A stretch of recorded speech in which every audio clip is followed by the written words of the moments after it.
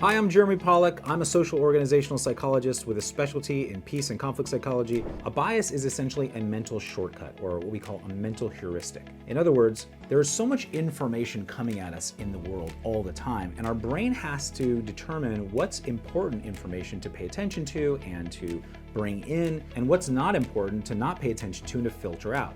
Confirmation bias is an unconscious bias, just like the rest of our cognitive biases. These are unconscious processes that try to make sense of the world the best we can, and it's very uncomfortable for us to pay attention to and to take in or internalize information that contradicts deeply held beliefs. If you have the mindset, or you're telling yourself a story that you have all the answers, you know everything there is needed to know, you don't need to learn anything else about the situation, you already know it all, that's certainly a red flag that your biases are operating. Mindfulness training is a really, really important practice. You can take seminars on this, you can get books on it, you can do meditation through apps or guided meditations on YouTube or something like that. Pause the video now if you can and write down at least one example in your own life where you might be experiencing dichotomous thinking, where you might be thinking in extremes. This person or this group or this thing or this event is all good or all bad, or that person's wrong and I'm right totally and completely. See if you can identify where you have some extreme thinking going on.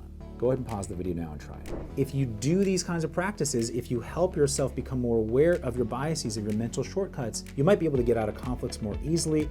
You'll probably get into fewer conflicts in the first place.